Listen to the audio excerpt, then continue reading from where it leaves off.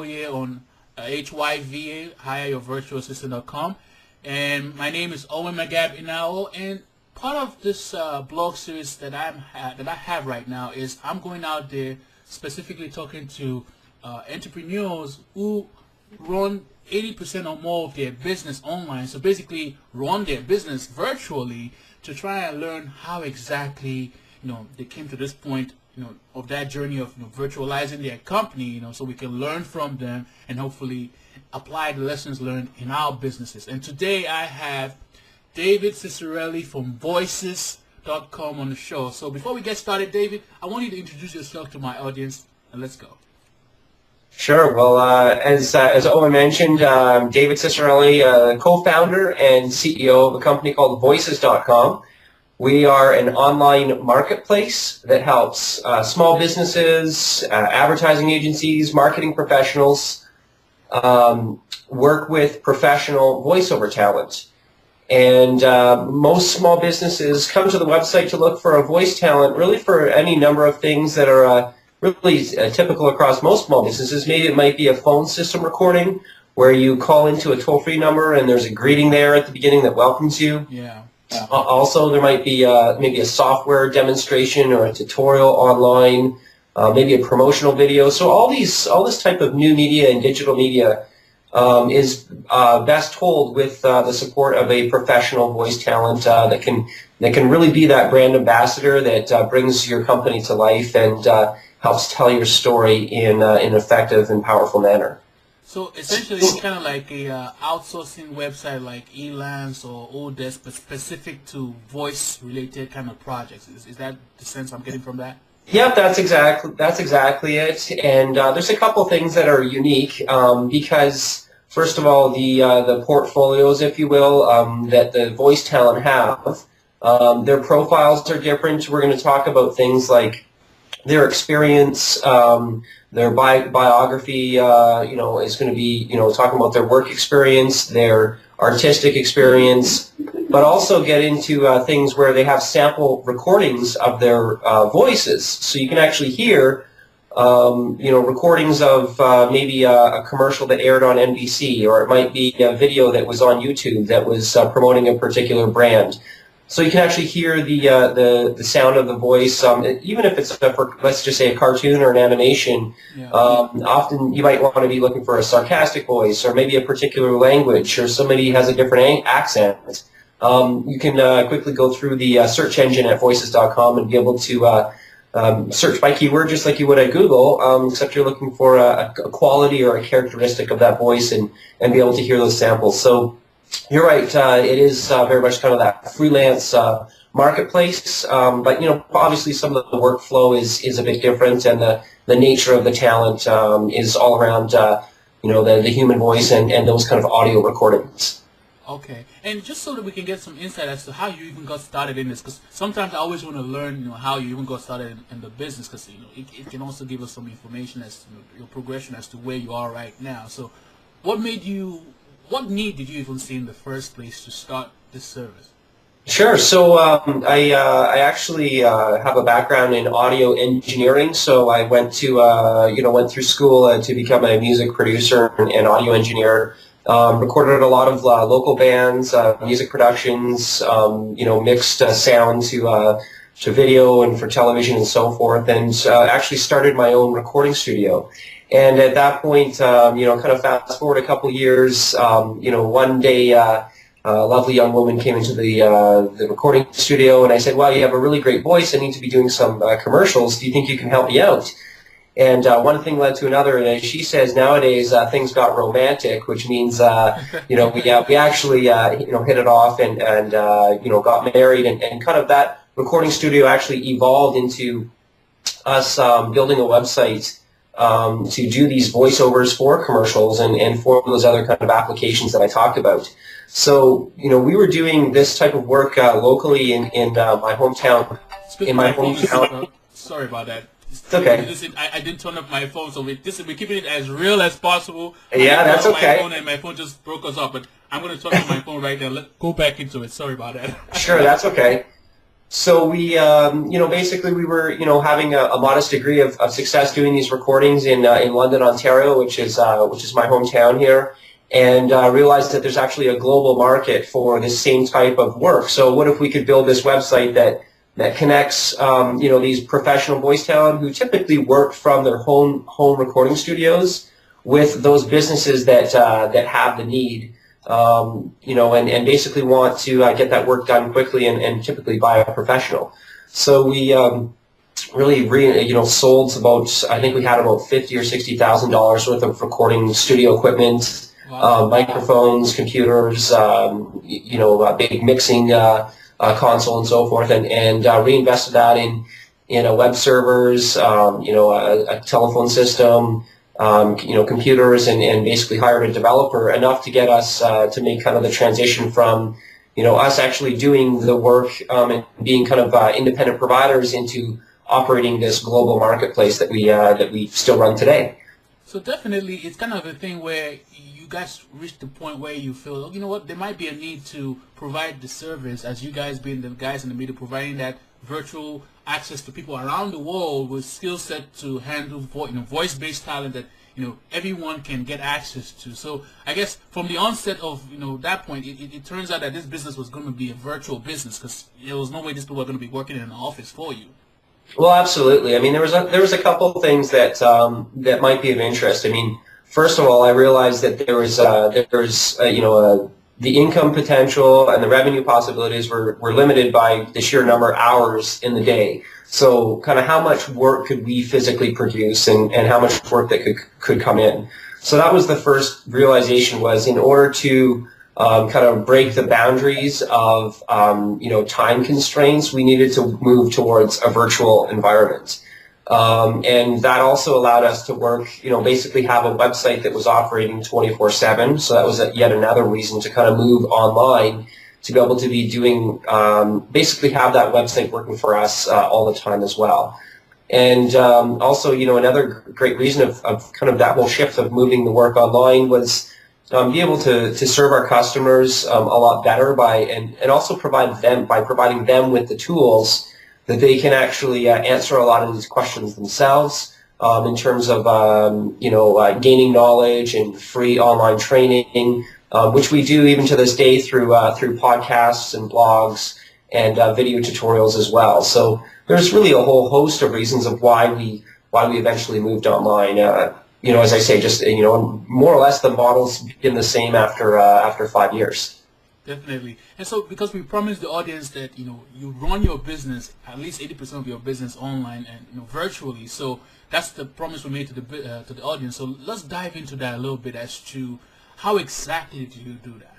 Sure. So we have a number of tools, some that are built on our own, but we actually have a number of really world-class service providers that help us operate the business completely online.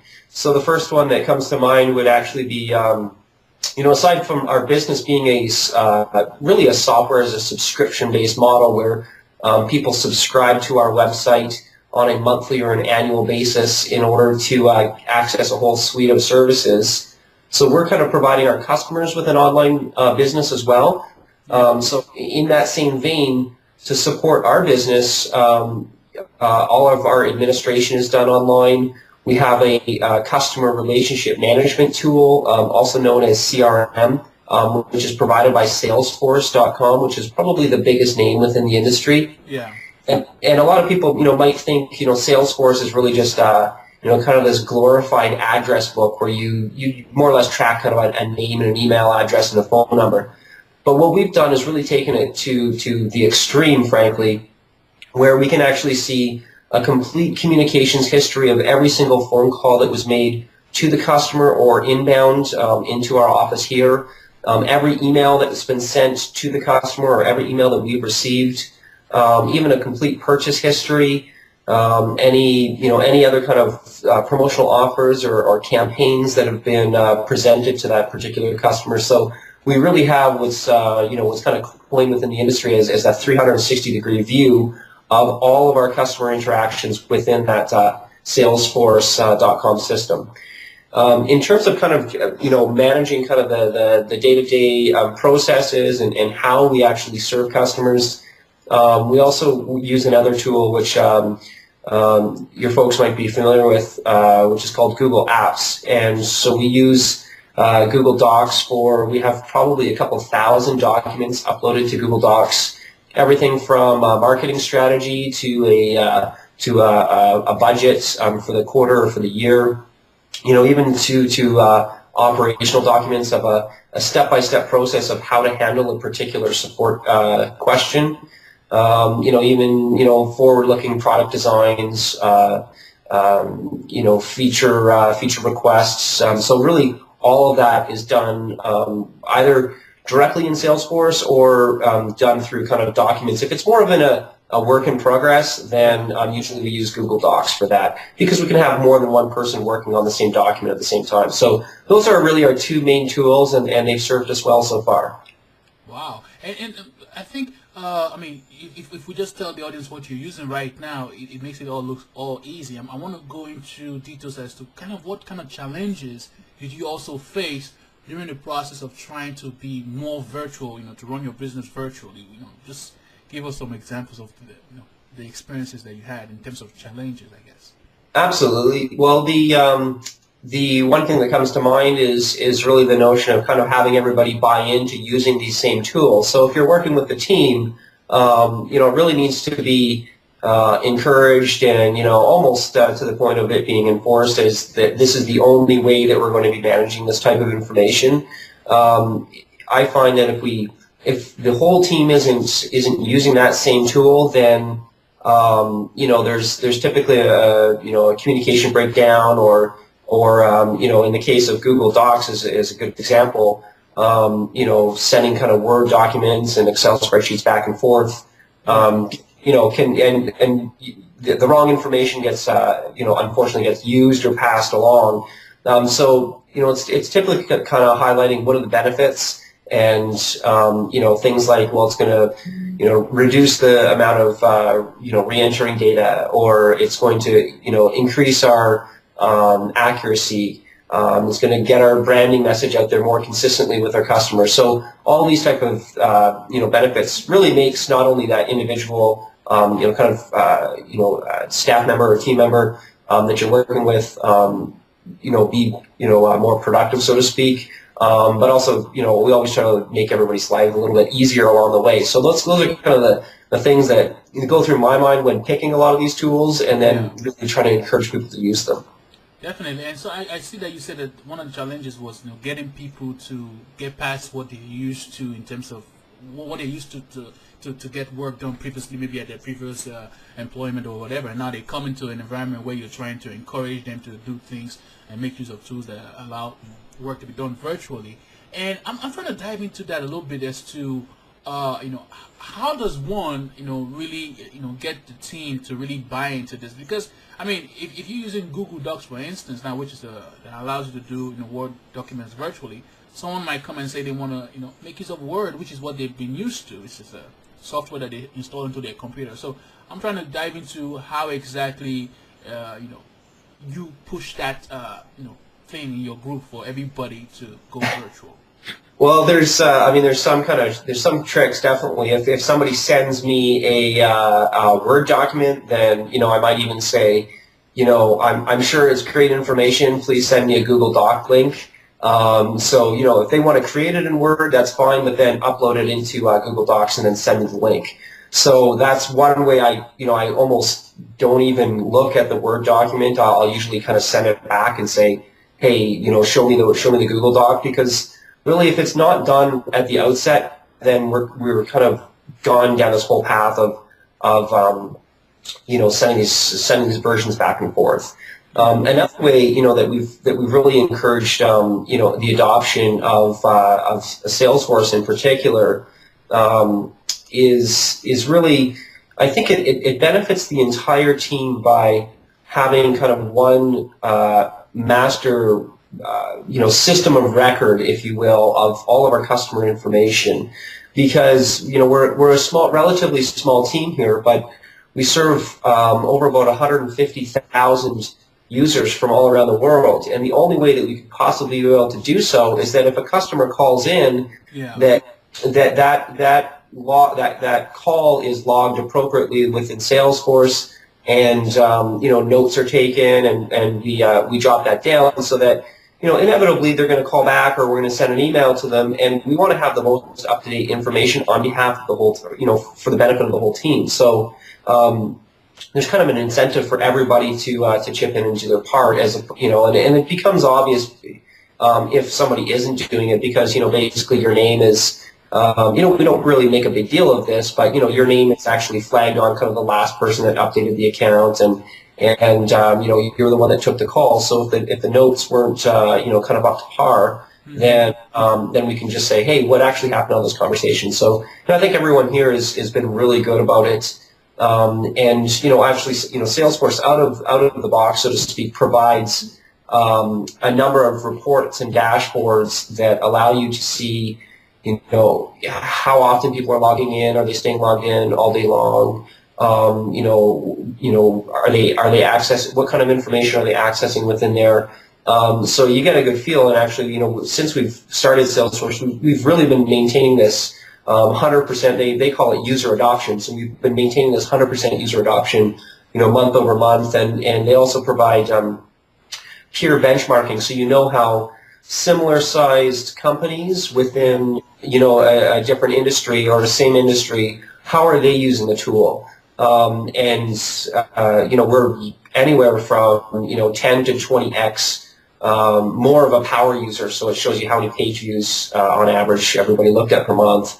So we're 10 to 20 times more active within Salesforce. So that tells me that everyone's really bought into using Salesforce as kind of our main tool for managing customers.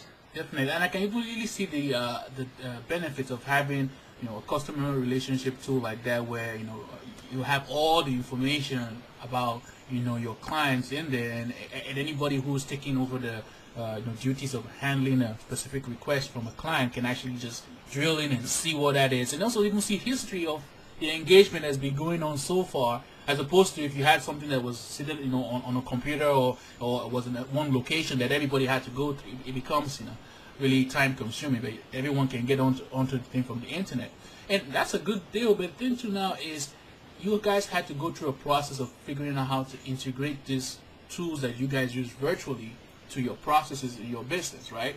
So that's the thing, is people might look at that as a challenge. How do you integrate the different parts of your business into these virtual tools that you use? Well, we've we've really picked our tools very selectively, and one of the things I've always believed is, if you're going to spend the time picking a particular vendor, do the due diligence up front, send out some requests for quotes, take some free trials of various software, and ask the right questions, get on some webinars, learn about this stuff, because when you make that first decision, especially a system, like a customer relationship management system, you're really going to be dumping all of your business data into this one system. So you want to have it to be, robust enough and have the security controls and be stable and kind of always online. So meet all whatever concerns you as an entrepreneur or a freelance provider, then or a business owner, then whatever those things that might keep you up at night, address all those in the due diligence process. And one of them for us was actually, is it going to scale, and how's it going to, is the system going to scale, and how are we going to be able to integrate new information, or we maybe get a customer list, or we run a campaign, and how do we integrate that information within Salesforce? So we initially did that through more or less importing spreadsheets into Salesforce, which you can do quite easily, actually. And for some things that we do that even to this day. But we actually have really kind of two customer databases. We have our Salesforce database, but we also have our database on HYVAssistant.com. And that actually, every hour on the hour, synchronizes the information between the two databases. So we actually had a developer write some of that code for us that made that process a lot easier, just so we wouldn't have to be constantly importing information into Salesforce. Now it just happens automatically. I like that. It's kind of like you start out maybe with the process of trying to integrate yourself into these virtual tools by doing certain things manually, but over time you're now moving to the process of trying to automate certain things so that you can be, essentially be out of the whole process and not have to deal with the back and forth. So, well, if I could there, Owen, I mean, I think that's one of the, that's a really key lesson right there, which is, I think sometimes business owners will see this great technology project and will say, okay, I wanted to do all this stuff, and I know it has all this capacity, and I want to integrate these 6 or 7 different systems without actually, taking the time to learn how to do it manually. Because the benefit of doing something manually first is you iron out all the little kinks along the way, and maybe your process is a little bit different. Maybe it doesn't need 7 steps. Maybe it only needs 5 or 4, and you can smooth a lot of that stuff out. So, one of the things, kind of a practice that we've done here at Voices is if we're going to embark on a new project, we always try to do something manually first and figure that out, and then from there you're going to have the knowledge to when it comes time to building that, specification, if you will, of how can we automate this, or is there a faster way to do it? We've already got the process mapped out, and, we know how it should work, which is actually a big thing with technology projects, what you actually want it to do. And then that's, it's a lot easier to hand that off to a developer to build something that can be done manually. And finally, the add-on to that is if the the automated, in this situation, an automated process doesn't work, you always have a backup way of doing it. You can always revert back to doing it manually as well. So there's a number of benefits for kind of going first manually and then automating something second. Definitely. Just to even make it a little bit more concrete for the audience, you said how you've done several things manually and then figured out how, the kinks in the process, and now figure out how to automate it. Is there certain things that you can discuss as to precisely, or that you can tell us about that?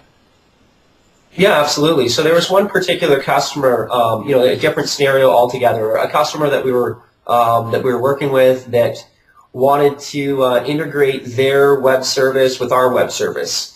And, without getting too technical, basically they wanted to have our 2 APIs, which are basically our 2 web servers, talk to each other in real time. And, this was looking to be like a 3 to 6 month long technical project, which was probably going to be, at least the tens of thousands of dollars in just kind of resources of, having staff take the time to focus on this project. So rather than doing that off the bat, it made a lot more sense of, okay, look at, basically they wanted to send us an order form automatically.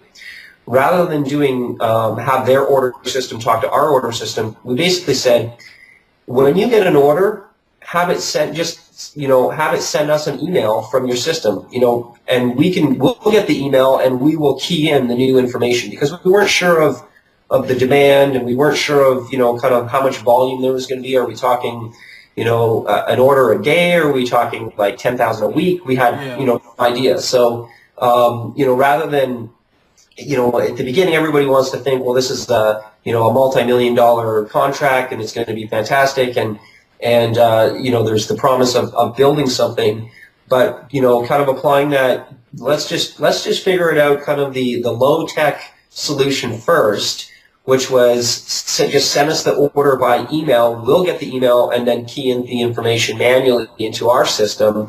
We were able to see that, yep, this is working. There was always some kinks along the way. We were able to iron them out at that phase, and then also get a good feel for the order flow, or the volume of orders that were coming in from this particular customer.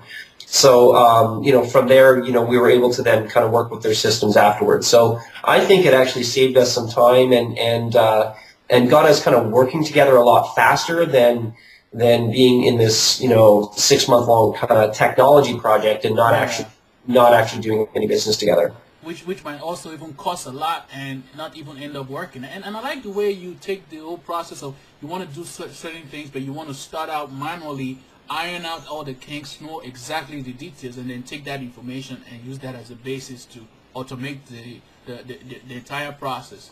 Exactly.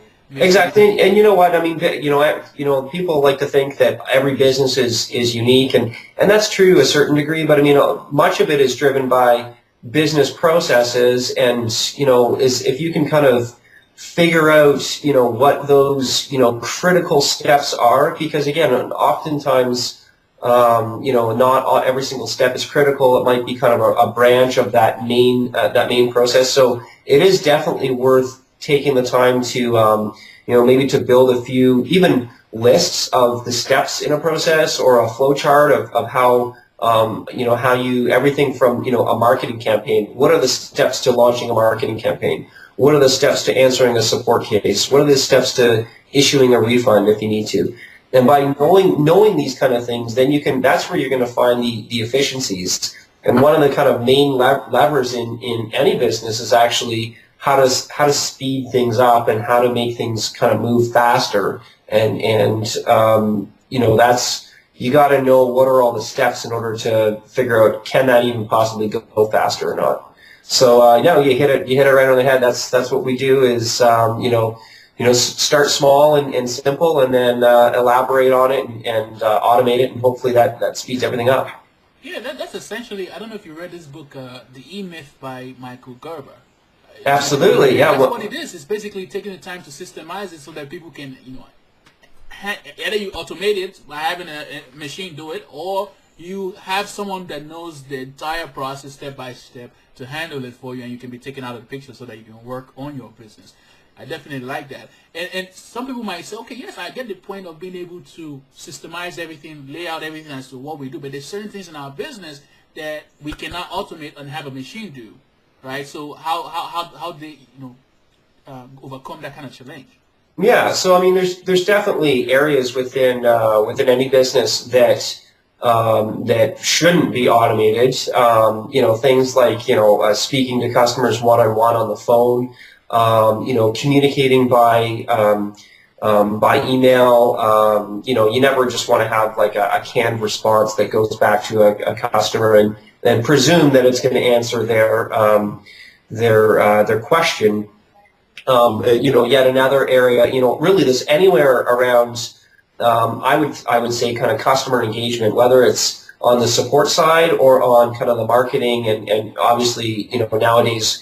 Engaging customers on a social network. Yeah. You definitely don't want to automate that stuff. I mean, people can see through that, and the whole point of authentic customer relationships is that it aims to build trust, and by building trust, you're going to have a customer for life, and that a lot of those relationships that we have actually people turn out to be great friends of ours as well. So I think that's an area that you don't want to automate. So one of the ways that you can overcome that, but then kind of the question becomes, well, how do I answer everybody as effectively as possible?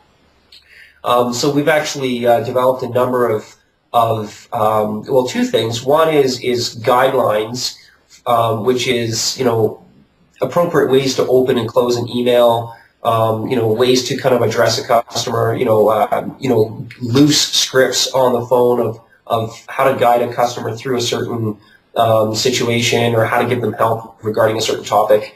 So, those are used as guides, if you will. Yeah. The other thing that is complementary online is if it is kind of a text-based customer communication, then we actually have a number of email templates that make actually perfect sense. If you figure, one of the things that we found quickly was that pretty much 80% of the customers are asking the same, 20, 30, 40 questions, over again, yeah. Right, over and over again. So what is the point? I mean, this is why people have, frequently asked questions posted on their website.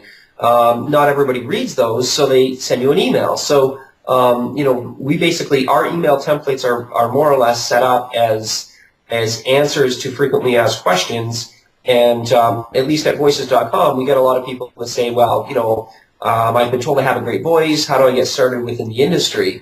Can you give me some tips? Or, how do I make a voiceover demo? So we have, 7 tips on how to make a demo, or, some podcasts of free training to explore from, getting an agent in New York or LA. So we've done a lot of that content production and creation ahead of time, and those email templates just really save us a lot of time from having to retype the same thing over and over.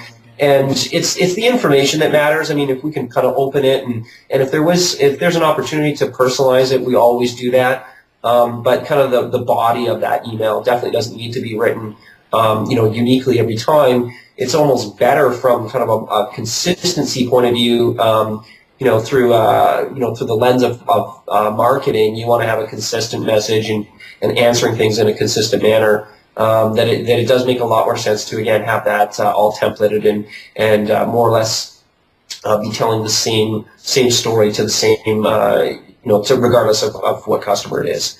Definitely, and the thing I'm getting from that is, there are those things that we can automate, and we have that system or systematized, and it goes out, the machine does it, and then those things that we cannot automate. But even though we can automate it, we want to have a consistent message, a consistent way of doing things. So you're still going to have to take the time to write out the process of how it's going to be done, and then the person who's going to do it is not going to add their own spin on top of it based on their personality, but it's still following that same rule guideline that you've set in the first place.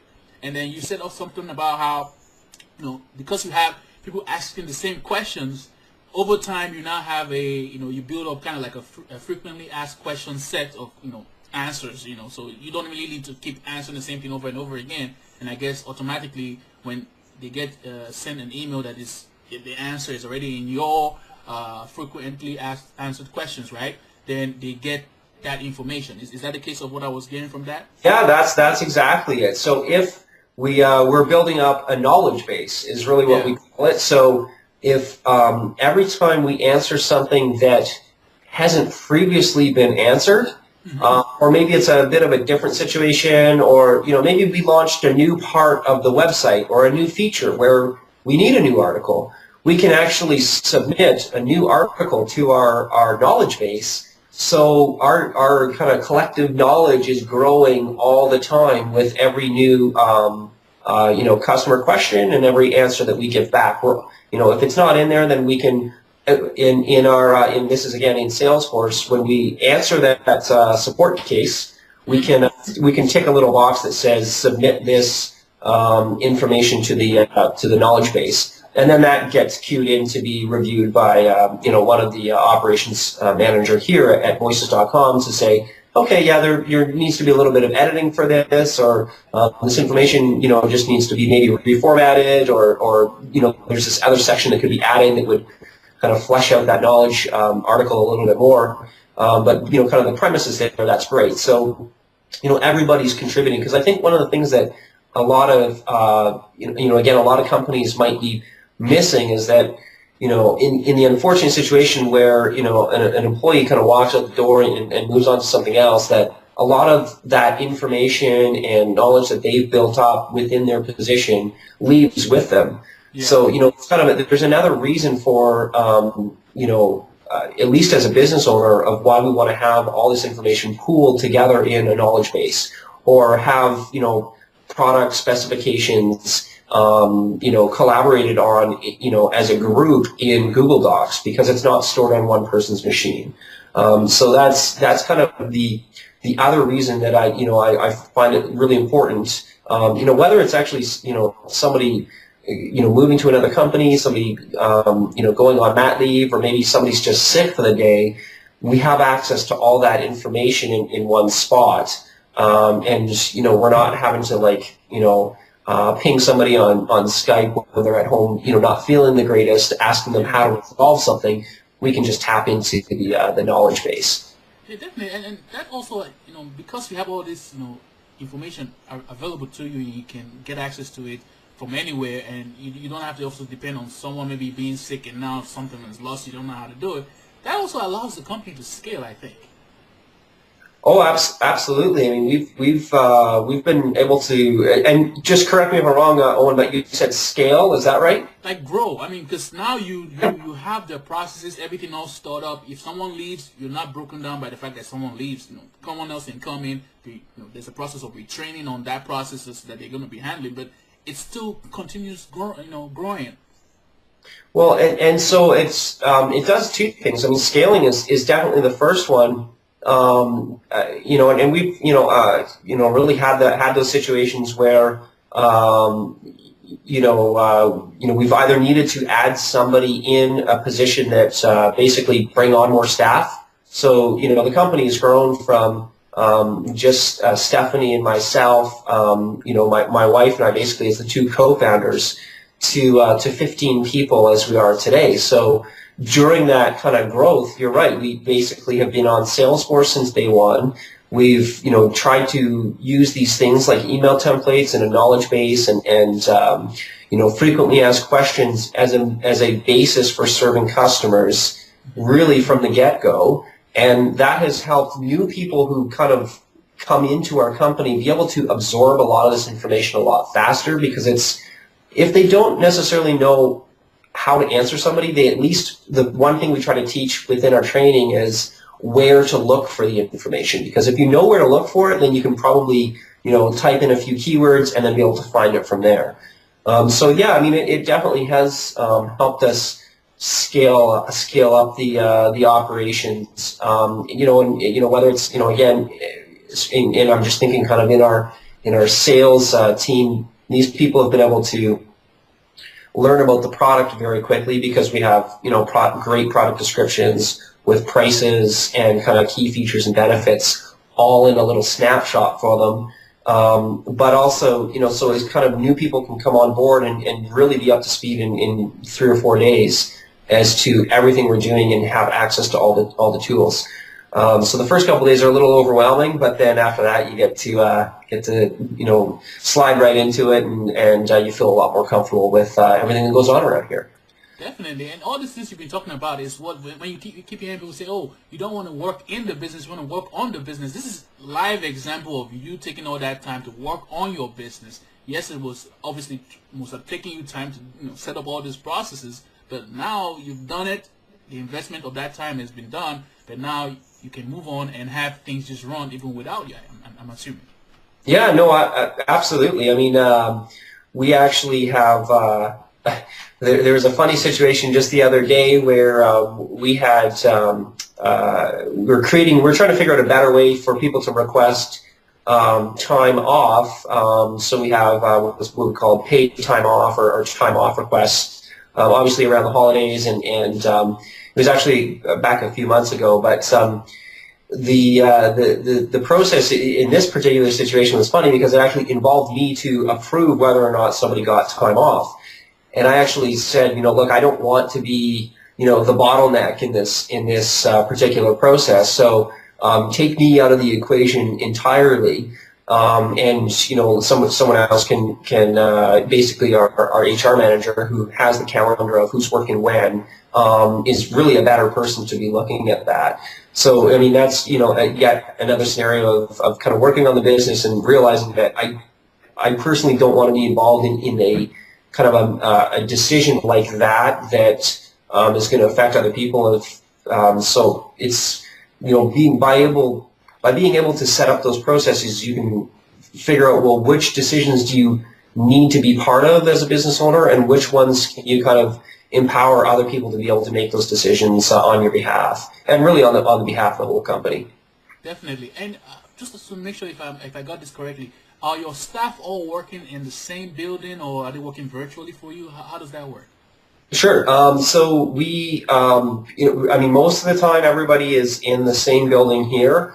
So we're in basically about kind of like 3 big office suites, and they're all really almost like a big open concept area. So most of the time everyone's here. However, we, there's the things happen, in northern, southwestern Ontario, which is in Canada, where last week we had a record amount of snow. and it actually closed the entire city down for 3 days straight. So no, city buses, no taxis. They weren't plowing any of the streets or anything. So this was about like 3 or 4 feet of snow. And so in that situation, we didn't want obviously anybody to come to the office, yet, having these online tools that basically everybody logged into their computers at home, and we didn't miss a beat. We logged into Skype. We used for instant messaging. We logged into Salesforce, and we logged into our Google Apps accounts, and basically accessed everything that we needed to, and continue to serve our customers. That's good. I mean, that's basically is the lifestyle of being a virtual business or a virtual CEO, because now I'm sure if you don't necessarily have to be in the office to do the work, because you've taken the time to set up all these tools that you guys use in your business that basically is live on the cloud or on the internet, and you guys run your business using those tools that you can access from anywhere. So essentially, you're living the virtual lifestyle. Yeah, no, I mean that was actually one of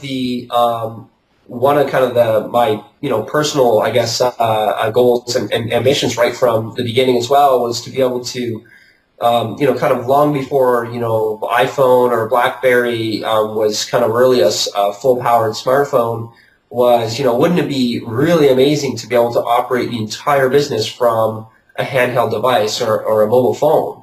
And basically it can totally be done now. I often work from home on a laptop, and can access everything from there, or I can come into the office and work from the iMac as well too. So and then if I'm traveling, usually I just bring an iPhone and can communicate. I've got Skype on the iPhone, Salesforce, and obviously all Google and email. So there's really nothing that including I can have our phone calls can be routed. If I'm not here in the office, I can route the phone calls directly to the iPhone as well. So there's really not a situation that that I would need to be in the office in order to conduct business, which was pretty cool. The realizing the dream, I guess. Definitely, man. I'm so excited I did this interview, because I like the way you've taken the time to articulate everything, and because sometimes people just make this whole virtual CEO thing look so beautiful, and which it is, but they don't spend the time like you have to really break down, how you came from this journey, to where you are right now, because there was some work that was involved, and a lot of people don't want to do that work. They want to keep doing the same old thing just to avoid that work, but you took that time to do that work, to systematize the business so that you can now essentially live this virtual business lifestyle. And before I let you go, in case anybody's listening to this, my audience listening to this, and they have that challenge about how to go ahead to really systematize their business to become that virtual CEO, what is that one thing that you want to leave with them to go ahead and make that step as you have? Sure. Well, I mean, the first thing is the line that kind of comes to mind is starting with the end in mind, right? I mean, it's a Stephen Covey line, but basically, he kind of has this notion of, if you're going to start a project, like, what do you want it to look like at the end? And if you can kind of visualize and conceptualize that, where are you going, then it's a lot easier to get there, because the end game, and you're just kind of moving towards that same direction. And then as you progress towards whatever that vision is that you're holding on to, you'll have kind of these certain milestones along the way that you can go like, yeah, you know what, I'm actually making some progress towards this. And, you kind of stop to look around, and you're like, wait a second, there's this, this great new technology that helped get me here. Or, I'm realizing I'm going to need some extra help because my skill set isn't as strong here, so I'm going to need to bring in a developer or a designer to help get me to that next milestone. So I think once you have kind of that grand, that vision, and take the time to really figure what that is out. And for me, it was basically, as you already mentioned before, Owen, about being able to really operate kind of a 24/7, 365 business virtually from anytime, any place in the world, and be able to access all that information from a mobile phone. I mean, that was kind of the vision at the beginning, and that's what I do now. And really a lot of, now it's kind of it's more or less a challenge of refining that and making it better. I'm not looking to, start a whole other business. I mean, a lot of people, ask me about that, but there's so much promise in what I'm already doing. Yeah. I feel it's a lot about kind of, if I may, about kind of this phase is really about marketing and trying to reach out and kind of expand that territory. So, I think we were really kind of inward focused at the beginning, and once you kind of get that down right, then you can kind of go out and you can, you have the capacity to scale and do those kind of things that you had mentioned. So, I think get a hold of that vision, whatever it is that you're trying to create, and then just, one day at a time, do something that's going to move you towards that. And it could be very simple stuff, but if you do one thing a day, I mean, that's often what I write in my notebook is just, basically I keep a journal as well. So I write down what is it that I want to accomplish this week. I usually have 5 or 6 kind of big things, and if I can knock off one of those a day, then that's great. And then at the end of the week, I look back and I'm like, wow, I got, I always start with the hardest stuff. And if I can nail down a couple of those big things every week, then I know I'm moving towards kind of greater potential and that goal that I have set in my mind. Thank you very much, David. I really, you see the smile on my face throughout the whole interview. I've been enjoying this interview. As a matter of fact, I feel like I have a lot to even learn from you. So definitely. So I want you to, let the audience know how best they can get a hold of you. Sure. Well, the best way to get a hold of me is to simply send David, D-A-V-I-D, at voices, VOICES.com. So that's david@voices.com, an email. Happy to answer your questions.